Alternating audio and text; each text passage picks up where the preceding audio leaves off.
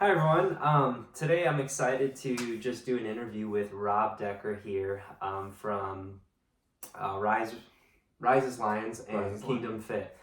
Just an awesome guy who I got the privilege to hear his story a little bit about some injuries and challenges he's been through in his life and how he overcame it. To me, it's just such a powerful story that inspired me, and I think can inspire a lot of people. And I'm excited to just have everyone hear it. So yeah, Rob, why don't you told me a little bit about it, but do you want to just go ahead and elaborate on kind of your injury and your story and how that all developed? Absolutely. So what I'll do is I'll give like the Cliff Notes version, Yeah. and then if you want to unpack it a little bit more, then we can unpack it. Sure. Ultimately, I grew up in a very troubled house in a troubled neighborhood. Was exposed to drugs and alcohol at a very young age, a lot of violence, a lot of abuse, and eventually I became that.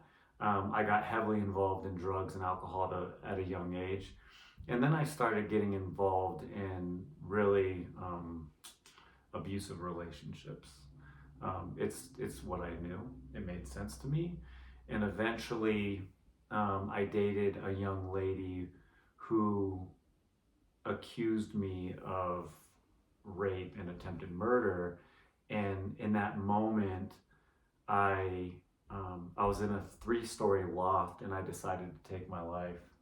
I ran headfirst out of that window with all intentions of breaking my neck, and broke through the window, clipped my foot on an awning.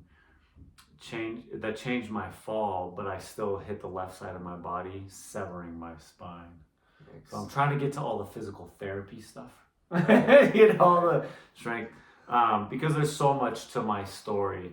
Absolutely. Yeah. With all the trauma and the abuse and the neglect and the rejection throughout my whole life, and really having no identity and trying to figure myself out, and constantly medicating myself. And I think that most people do this, right? We just do it to different degrees. So I eventually, when I severed my spine, I was told that I would never walk again, and if I did, I would be living off a disability. I would never play sports. I wouldn't lift weights, and I'd be medicated for the rest of my life. I mean, that's what they were telling me. Yeah, that's devastating news. I mean, Yeah, it's very devastating news, but I was very hopeful. Sometimes it takes a very tragic, traumatic event in your life to have like that God moment, which is what I had. Um, and I realized that I was in this life for a reason and there was purpose to it. But now I had the obstacles of trying to walk again, um, break through an addiction. I had to fight these felonious, crazy charges. I had my work cut out for me, um, but I put in that work. Over the next 4 years, I had to do my own physical therapy. I think what happened was going through the hospital and through the state to do my physical therapy. I think they just wanted me in a place that I could get around.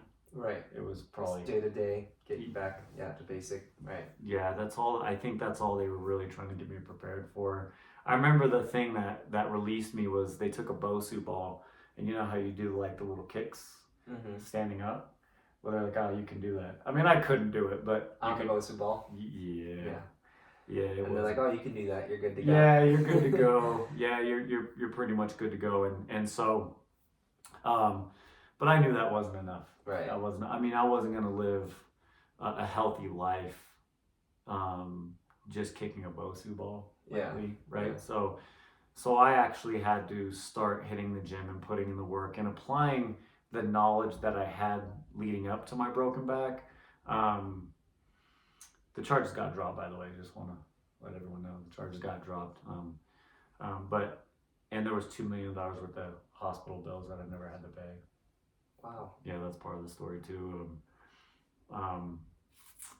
Yeah, a lot of hospital stays, a lot of physical therapy, a lot of pain medication, lots of surgeries. I had about 10 surgeries. All on the lower back. 3 on the back. Okay. I think it was 3 or 4 on each arm. Yeah. Yeah, and they weren't healing well. Like my body wasn't healing well at all. It just wasn't responding well to what was going on, and I think a lot of it just had to do with my environment, the stress. You know, I just don't know how you heal with the amount of pain medication they were giving me. You know, I was on OxyContin, Valium, Percocets, Dilaudid, Flexerol, all of them, Neurontin. Oh yeah, well, you know, even after I initially severed my spine and you know, I couldn't even sit up in bed. That's how much pain I was in, man. So after, I think it was after my second back surgery, I was able to get up and drag my left foot. So you lost some strength in that leg. Oh yeah. Well, when I jumped out of the window, I was 215 pounds. I was a bodybuilder. I was into bodybuilding, and 3 weeks in the hospital, I got down to 155. Wow. The first time I was able to get out of bed by myself, I remember walking past a mirror, and I looked up and I'm like, who's in the room with me? Right. It was me. Yeah. That was me. I didn't even recognize me, you know, because I shriveled away. And so I had to, you know, at some point get back into the gym, because with my previous training knowledge, you know, I knew that I could alleviate some of the pain if I got stronger. Yeah. And plus, I wanted to move well in this life. I wasn't going to be stuck to crutches and a back brace and all that kind of stuff. And so I spent the next 4 years rehabilitating myself. What a awesome mindset to have. I mean, I feel like that's just not a common way that people think, you know? Do you think it was because of the fitness background that kind of set you up to know that, hey, if I put the work in, I can get over this, I can get out of this pain and recover? You know, again, I think there was a big God factor in there, Sure. You know, and having purpose and hope for a future. But like that played a big part, knowing, like I knew, right? Like, you know, we understand, you know, you and I, that when you put yourself in that environment, the body has a habit of healing itself, right? Mm-hmm. And so my goal was to get off all the pain medication, but not only to be able to move again and just get by, but to be an athlete. I wanted to be an athlete again. I didn't want my decisions in this life and all the trauma that led up to that decision and to like strip the rest of my life from me. Like I wanted to have a family, and I wanted to get into my community and make a difference, and I wanted to share my story and help other people, because the reality is I got a pass. I got another chance at this life, and the reality is, like, how many chances and passes did I get in this life?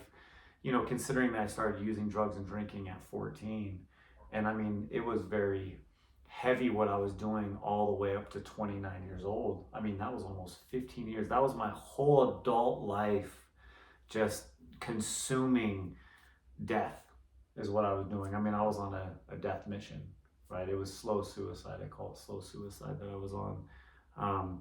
You know, and even with the suicide stuff, like I struggled with that since I was a little kid, you know, thinking about it. And you know, I was a cutter when I was a young kid. There was a lot of mental anguish that I had leading up to this point of jumping out of a window. And so, you know, I was grateful for life, but I also knew I had my work cut out for me. Wow. Yeah.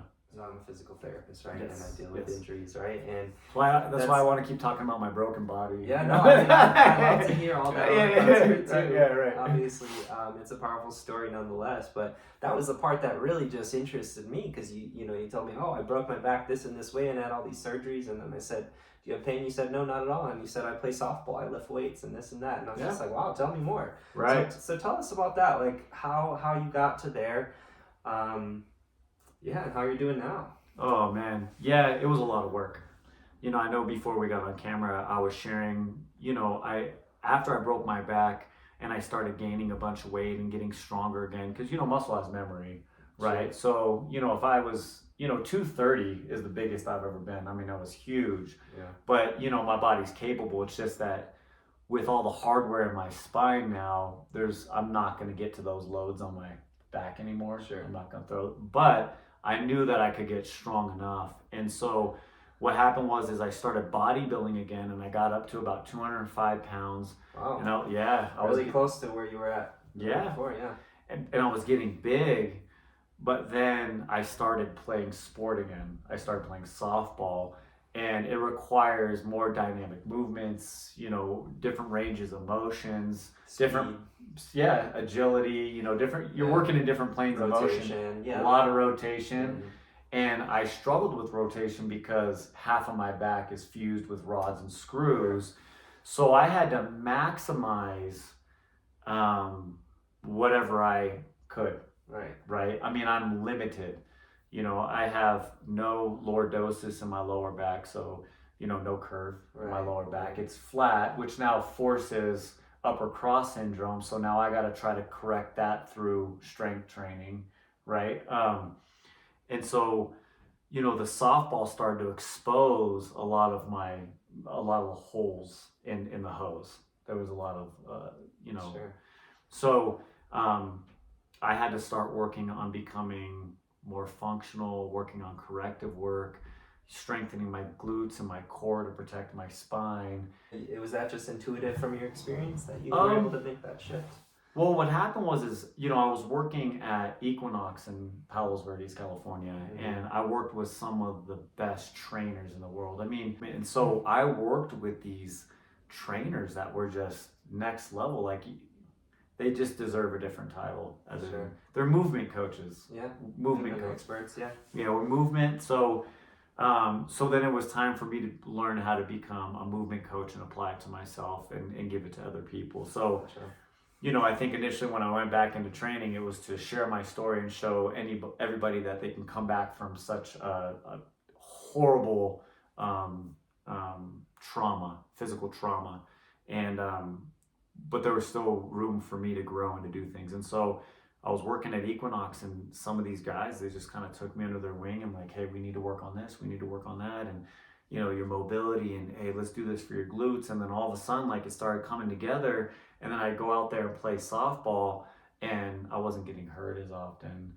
And then I started working with a sports therapist who was teaching me soft tissue work and muscle manipulation and trigger point and all that kind of stuff. And then, applying it to myself and how to use it. And so I constantly wanted to move better with being in a minimal amount of pain. Right. So how do I achieve that? Well, I achieve that through having a strong core, and I always include my glutes as part of the core. I truly believe that the glutes, they tap into the hips just like the core, they come together, and I believe that glutes should always be part of your core work. Sure. I figured that I had to really create strength and balance throughout my body through training so that I can minimize pain. And hydration, proper nutrition, sleep, stress management, all of that will reduce inflammation in my body. So now that I have all this hardware in my body, it naturally wants to be in an inflamed state, right, because it wants to protect itself, right? Yeah. There's foreign objects in there. So what can I do to minimize all that? Right. And so I just applied all of it. Yeah. So where are you at now? Like, do you have pain now? And is that an ongoing thing, No, I have very little, minimal pain. I mean, if I go play a softball tournament, I'm running for other players. I play center field, a lot of dynamic movement, right? Yeah. Center field, so you're sprinting. You're running pretty hard too. Yeah, pretty hard. Backing up your ball players, and I just get sore. Sure. Right. I think the only time that I really hurt that area was a couple of winters ago when I went running and I didn't see black eyes. And I fell and it just jarred my back. And that would probably happen to anybody. Correct. Right? Correct. But even now I don't take Tylenol. No pain. I lacrosse balls, foam rollers, what is the Theragun? Yeah. Right? I have a sauna, infrared sauna, hydration, all of it. Like, so you are maintaining it to an aspect of 100%. Taking care of your body. I believe that most of us can come back from such a traumatic injury, right? Yeah. Well, and that's what I love to hear. That's what was so just powerful to me. Yeah, just because I've met so many people in my career as a physical therapist, so people who come to me and they just don't have the hope. Right. Whether they saw an X-ray or somebody told them something about their injury or something along the lines of what you were told, you're not going to walk again, you're not going to lift weights again, you're not going to play that sport again, Right. and they lose hope, and then they live in this state of fear, and then because they can never believe, they can never overcome that, and because they don't believe, I see that barrier hold them back. And that's why I'm just so glad to have you share your story, and hopefully it inspires hope in other people who maybe feel stuck and feel like they're not, can't get out of it, and see that, most of the times our bodies, like you said, they're resilient. They do heal. And you do the right things, you put the right work in, with the right support, you can get back out there. So thanks for sharing Absolutely your story so much. And should we show everyone kind of some of the stuff that you're doing now, just as visible proof, like, hey, this guy broke his back, he had all these surgeries, and look what he's doing now? Can we do that? Absolutely. We're gonna do that, and then you're also gonna get to see all the x-rays as well. And if I can encourage anybody, I think the fear is debilitating, right? Fear is very debilitating, and truth is that the fear is only going to hurt you more, right? And so, it takes courage to expand into the unknown, to fight your fears. But I believe that if you do put yourself in the right situation, dude, there's going to be bumps and bruises. Sure. I'm not saying that my recovery was smooth sailing. There were times where things took me out for a few days, and then I had to reset and start all over again. And it sounds to me like it was months to years, maybe, really, that this process was. Yeah. And I'm a knucklehead, so I did it all on my own, where I didn't have professional help. I didn't have someone, because I watch all your videos, dude. And I love how engaged you are, and you're so real with your clients. And the truth is that, like, if you have a professional with you that understands these things, like, they will help you, guide you through the process, and you won't have to see all the obstacles I saw. Like, I saw a lot of obstacles. Well, I wasn't even asking for that plug, but I know, but I felt like you deserve the plug, right? Yeah. So, all right, let's go work out. Let's go work.